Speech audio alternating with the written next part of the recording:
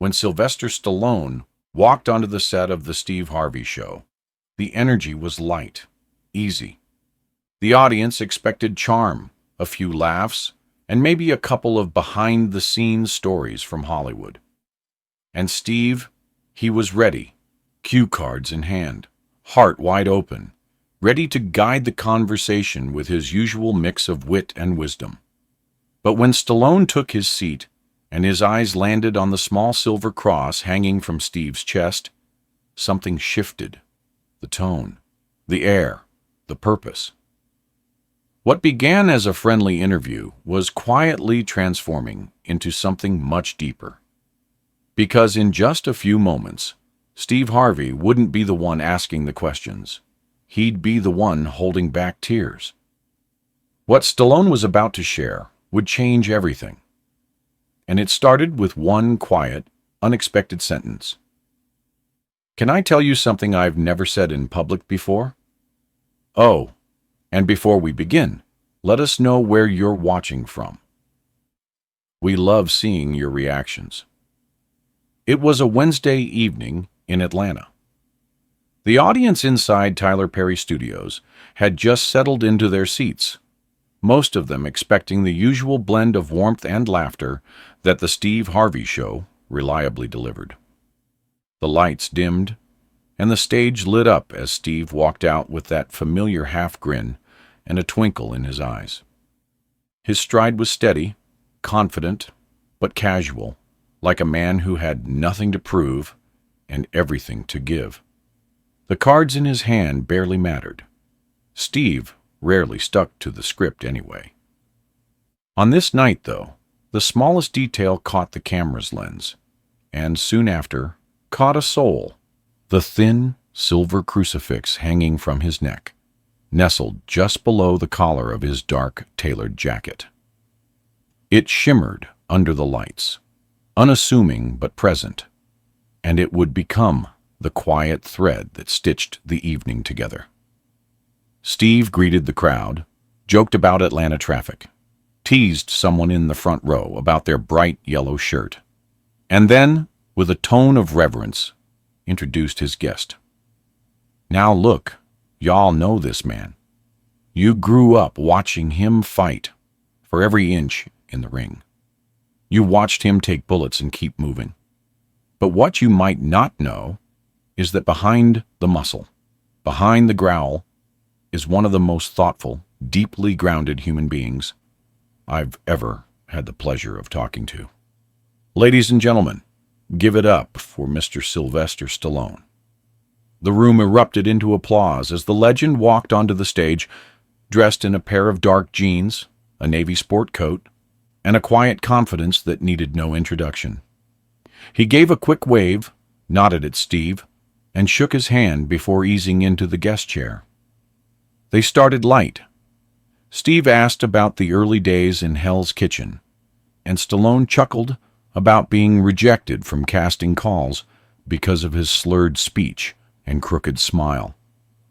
He talked about writing ROKY in 3 days, about selling his dog to make rent, and about how it took more than muscles to survive in Hollywood. It took faith. They laughed. The audience laughed. And for a few minutes, it was just two men swapping stories, like two old friends catching up over coffee. But then something shifted. It was subtle at first. Stallone glanced toward Steve's chest and paused. His eyes rested on the crucifix. He didn't speak right away, but something in his expression quieted the room. Steve noticed and adjusted his collar slightly, his fingers brushing against the cross. "That necklace," Stallone said softly. "That cross. You wear it often?" Steve nodded. "Every day.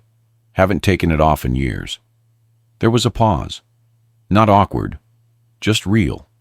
The kind of pause that tells you something important is about to be said. "Can I tell you something I've never said out loud before?" Stallone's voice had dropped. No longer the gravel of Rambo or the grit of Rocky. It was calm, quiet. The kind of voice a father uses when speaking about something sacred. Steve didn't say a word. He just nodded again. Stallone took a breath and looked not at Steve, but through him, like he was staring into the memory that had brought him to this moment. "There's a reason I said yes to this interview," he said, "and it's not to talk about movies. I've done enough of those. No, I'm here because a few years ago, I hit a point in my life where I didn't want to wake up anymore." The room fell into silence. Even the hum of the cameras felt like it faded. Steve straightened in his chair. His hand slowly drifted back to the crucifix. "I lost my son," Stallone said. "Sage, my firstborn." His voice didn't waver. He didn't cry. But the weight of his words pressed on every chest in the room. He was 36, and it was sudden, unexpected. You know, people say time heals all wounds, but that's not true. Some wounds just settle in. You learn to live around them. He looked up, meeting Steve's eyes for the first time since he'd begun. "I thought I was ready for anything. I've been through rough streets, poverty, rejection, heart surgery, public failure, but nothing prepares you for burying your child. Nothing." The audience barely breathed. "There were weeks," Stallone continued, "where I didn't leave my house. I stopped talking, stopped writing, stopped being me. I was just existing. My wife did her best to hold us together. My daughters tried to pull me back, but I was somewhere else, somewhere dark." Steve sat perfectly still, only his thumb gently circling the edge of the crucifix resting on his chest. "I remember being in Miami, alone in a hotel room. It was after midnight. I hadn't eaten that day. I hadn't answered any calls. I was sitting in the dark with the TV off, just scrolling on my phone, trying not to feel anything. I wasn't looking for help. I wasn't even looking for hope. But then, this video pops up. You were standing on stage somewhere, some kind of talk. I don't know what it was, but you were holding a mic in one hand, and your other hand, your hand was resting right over that cross." He gestured toward Steve's chest. Steve exhaled quietly. He knew the video. He had given that speech unscripted during a low point in his own life. He hadn't planned to talk about faith, but that night he couldn't hold it in. "You looked straight into the camera," Stallone continued, "and said, 'If you're still breathing, it means God's not done with you.'" The words fell heavy, like they had come from somewhere higher. "I don't know what it was," Stallone said, "but hearing you say that, in that moment, something in me cracked open. I watched it again, and again, and again, 3 times in a row. And the next morning, for the first time in weeks, I stood up. Not because I felt better, not because I was healed, but because I remembered. I wasn't done yet. Maybe God still had something for me." Steve blinked, slowly. His eyes were wet now, but not from surprise, from resonance, from knowing exactly what that moment felt like. "You didn't know you were saving someone," Stallone said. "You weren't performing. You weren't preaching. You were just being real. And that's what made it powerful." Steve tried to speak, but couldn't. He just nodded. "I needed to tell you that," Stallone said, "because I think sometimes people like us, people who carry a platform, a voice, a stage, we forget that our survival, our honesty, it matters. It reaches people we'll never meet." Steve finally found his voice. "Man," he whispered, "I was just trying to make it through my own pain." "That's what made it holy," Stallone said gently. "Because you weren't trying to be a savior. You were just trying to survive. And somehow, in doing that, you saved someone like me.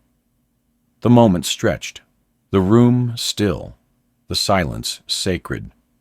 And in that space between two men, one who told jokes for a living, the other who built a career on fictional battles, the realest fight had just been named: the battle for hope. Steve Harvey sat still in his chair, elbows on his knees, fingers gently circling the worn cross on his chest. Across from him, Sylvester Stallone leaned back slightly, not to distance himself, but as if giving space for something sacred to breathe between them. The studio was hushed, the audience hushed, but it wasn't an awkward silence. It was reverence. What had started as a talk show now felt like something altogether different. A place where two grown men, both battle-scarred in their own ways, were standing soul to soul. "I gotta tell you," Steve finally said, voice rough and low, "I've done a lot of shows, man, but I didn't expect this today." Stallone nodded slowly, his hands resting on his lap, his thumb gently moving over the crease of his wedding ring. "Neither did I, but I think I needed it." He looked around the studio for a moment before settling his gaze back on Steve. "You know, people always see me as the guy who never quits. Rocky, Rambo, all those fight scenes, all those lines about heart and grit. But those were just scripts. This right here, this is the real fight. Staying alive after loss, showing up when it hurts, still breathing when you'd rather not." His voice didn't crack, but it didn't need to. The strength in it came from the restraint, not the volume. Steve looked down at his hands and nodded, not in agreement, but in understanding. "When I lost my daddy," he said softly, "I remember sitting on the edge of my bed for days. Just numb, couldn't eat, couldn't laugh, and Lord knows that's what I do for a living. But when grief hits, it don't care about your job, don't care about your status." He looked back up, locking eyes with Stallone. "Pain levels the playing field." Stallone nodded again, and this time his jaw tightened just a little. "You're right. Grief doesn't care who you are. Doesn't care how many movies you've made, or how many people know your name. When I buried my son, I wasn't Rocky. I wasn't Sly. I was just a broken father standing over a casket." The words hit with the weight of truth, not theatrics. "And you know what's crazy?" he continued. "You spend your whole life working, grinding, trying to build something, a legacy, a name, a home. And then one moment comes along, one tragedy, and it makes everything feel small." The audience was completely still. Some leaned forward, others leaned into themselves. But no one moved. No one dared disrupt the moment that was unfolding. Stallone's eyes grew distant again, not from distraction, but memory. "After Sage passed, I tried to keep moving. That's what we're taught, right? Keep going. Don't stop. Just work through it. So I kept filming, kept smiling for cameras, shaking hands, giving interviews. But inside, I was unraveling." He shook his head slowly. "I remember flying to LA for a premiere. There were fans waiting, red carpet, photographers, all that. And I'm standing there smiling for the flashes, and all I could think about was my son, what he would have said about my tie, what joke he might have cracked, and I just wanted to scream, but I didn't. I smiled, waved, went home, and sat in silence." Steve listened without interrupting, but his body language was speaking volumes. His hands were clasped now, knuckles tight, eyes beginning to redden. "I know that silence," he said. "That heavy kind. The kind where the world's still spinning. But you're stuck. It's like being trapped underwater, hearing the world above, but not being able to reach it." Stallone looked at him and nodded. A deep, slow nod of a man who had drowned in that silence and clawed his way back. Yeah, exactly like that. Steve took a breath. So that night, in that hotel, when you saw the video, what did you feel? Stallone looked away for a moment, then back again. At first, I felt nothing, just watched. But then, as you kept talking, something happened. You weren't just talking about faith. You were living it. I could hear it in your voice, the weight, the cracks, the hope. It wasn't polished. It wasn't perfect, but it was real. He paused, took another breath, and his voice softened. You said something about pain, about how God doesn't waste it, about how sometimes the thing that's breaking you is the thing that's breaking you open. I didn't even know what that meant at the time, but something in me shifted, not healed, not fixed, just shifted. Steve's hand moved to his chest again. The cross was warm now, absorbing heat from the light, from the moment, from the man whose story had just exposed a wound most fathers never speak aloud. I remember that talk, Steve said. I was in Dallas. It wasn't even planned. I got up on that stage and just told the truth. I had just come through a storm of my own, and I thought, maybe someone out there needs to know they're not alone. I didn't know it'd be you. Stallone's eyes welled up, not with tears, but with something deeper. Gratitude, recognition. That's the thing, he said. You didn't have to know. You weren't trying to impress. You were just being obedient.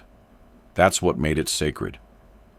There was a long pause, not from discomfort, but to honor what had just been said. Then Stallone sat forward, elbows on his knees, voice almost a whisper. Steve, I came here today because I needed to give something back. That video, your words, they saved me. And I know you don't hear this often, but what you carry, it matters. Steve's lips parted, but he couldn't speak. So Stallone continued. You might think you're just a comedian, just a host, but I don't think that's the whole story. I think, he stopped, hesitated, then leaned in closer. I think you're a minister in disguise. Steve blinked slowly. One tear slid down his cheek. He didn't wipe it away. He let it fall. Nobody's ever said that to me, he whispered. Stallone smiled gently. Well, maybe no one else saw it, but I did. In the middle of my silence, when nothing else could reach me, that cross on your chest, and those words from your mouth, they did. The audience was visibly moved now. Some wiped their eyes, others held their breath, but no one looked away. Steve finally whispered, Why me? His voice cracked open on those two words. Out of everybody, why would God use me? Stallone didn't answer right away. He reached out slowly and placed a hand on Steve's arm. His grip was firm but gentle, like a father steadying a son. Because God chooses the unlikely, he said. The ones who've been through hell but still find a way to smile. The ones who don't preach from pulpits but from pain. The ones who've lost something and still choose to love. Steve closed his eyes. The weight of that answer settled into his bones. When he opened them, something was different. Not in his posture, not in his face, but in his presence, like a man who had just remembered who he was. The crowd didn't clap. They didn't cheer. They just watched, because they knew they were witnessing something they weren't meant to interrupt. Steve sat quietly, his head tilted slightly downward, as if listening for something not coming from Stallone, but from deep within himself. The studio lights had long since faded into the background. What remained now was just presence. The kind that doesn't need applause, doesn't seek performance, but commands respect. Across from him, Stallone still had one hand resting gently on Steve's arm, his eyes steady, his voice no longer that of an actor, but of a man who had walked through fire and come out with a message smoldering in his chest. "Steve," he said softly, "the world doesn't need more perfect people. It needs more honest ones. And that's who you are. You don't act like you've got it all figured out. You show your cracks, your bruises, and because of that, you reach the broken in ways they didn't know they needed." Steve slowly raised his head. "But I mess up all the time. I get tired. I say the wrong things. I'm not consistent with my faith. I have doubts. Man, some days I just want to hide." Stallone nodded immediately. "Me too. You think I haven't questioned everything? You think I haven't sat in my room, wondering if I even deserved the second chances I've been given? Faith isn't clean, Steve. It's messy. And the more you wrestle with it, the more real it becomes. That's what makes it powerful. That's what makes you powerful." There was a long pause where the words just hung in the air, not to impress, not to provoke, just to be. Then Steve leaned forward, his elbows on his knees again, and whispered, "Do you really believe we can still have faith in a world like this?" The question came out like a confession, not from the lips of a host, but from the heart of a man who had seen too much pain to pretend it didn't weigh on him. Stallone inhaled slowly, his brow furrowed, not in frustration, but in the deep concentration of someone who knew this answer wasn't just for Steve. It was for everyone in the room. "I do," he said at last, "because faith is the only thing that's not pretending." Steve looked at him, searching his eyes. "In my line of work," Stallone continued, "I've spent my life reading scripts, memorizing lines, faking pain, simulating joy. We win Oscars for pretending. But real faith? It doesn't need a spotlight. It doesn't need to perform. It just shows up, quiet, persistent, and uninvited. It whispers to you when no one else can get through. And that's how I knew it was real. Because in my lowest moment, when I wasn't searching for anything, it still found me." The audience was utterly still. You could hear someone breathing 3 rows back. Steve placed his hand over the crucifix again. This time, not as a reflex, but as an act of grounding, of remembering. Stallone's voice softened again. "You didn't grow up in a seminary, Steve. You weren't trained to speak sermons. But somehow, through comedy, through conversation, through that voice of yours, God's been using you." He looked straight at him now. "I think you forgot how much power you carry. That night in Miami, I was just a man scrolling through his phone, trying not to feel. And your words, that cross, your spirit, it found me in the dark. You didn't save me with perfection. You saved me with your presence." Steve leaned back slowly, not as a gesture of withdrawal, but as someone sitting under the weight of grace. "I never thought it mattered that much," he said. "I thought I was just doing what I could, trying to survive." "Exactly," Stallone said. "And that's what made it holy. You weren't trying to rescue anyone." But that's the irony.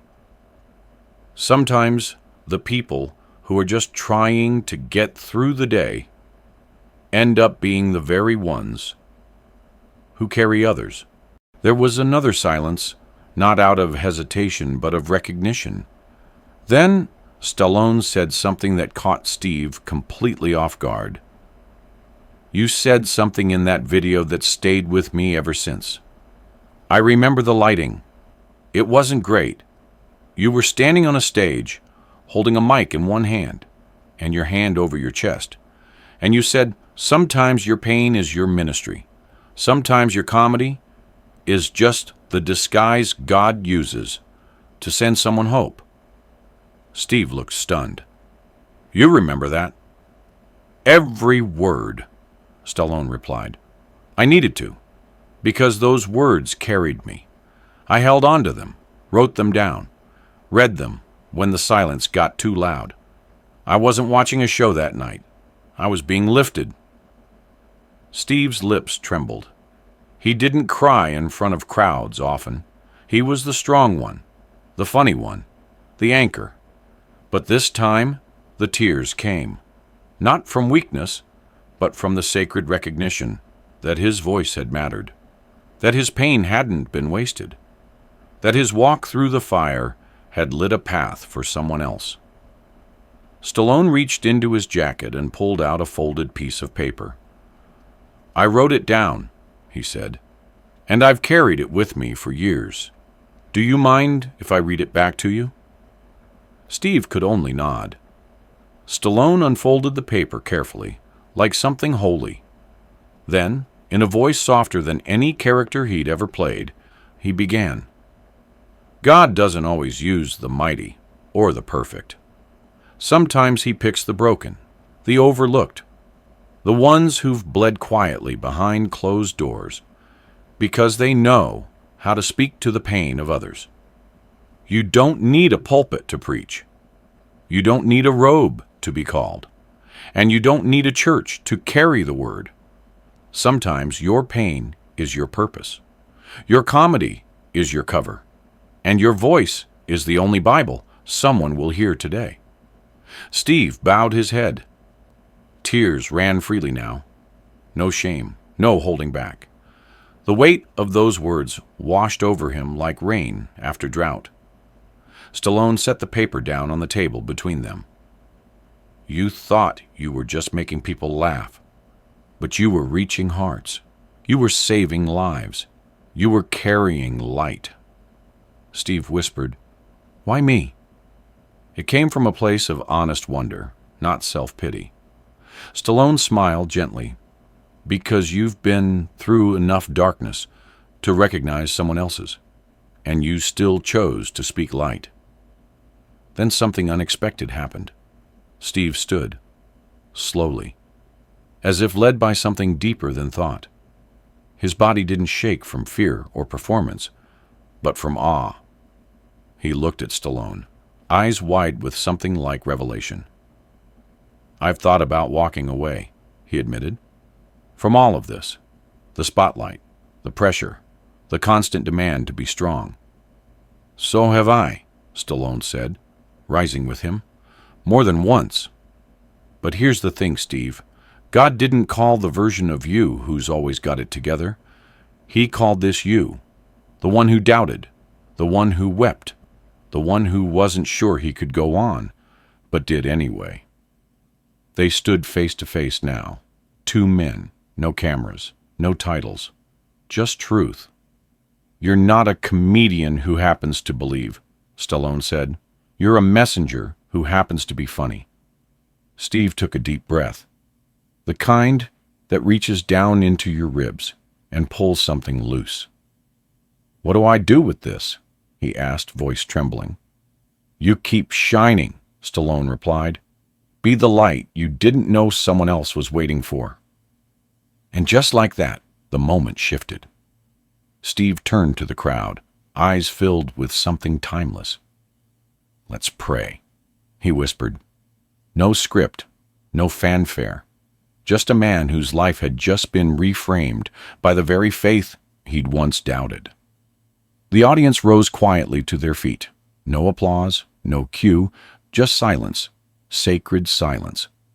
And as Steve bowed his head and closed his eyes, the crucifix resting on his chest caught the light, faint but steady, a reminder, a symbol, a signal, that sometimes even the ones who think they're just surviving are the very ones chosen to carry the fire.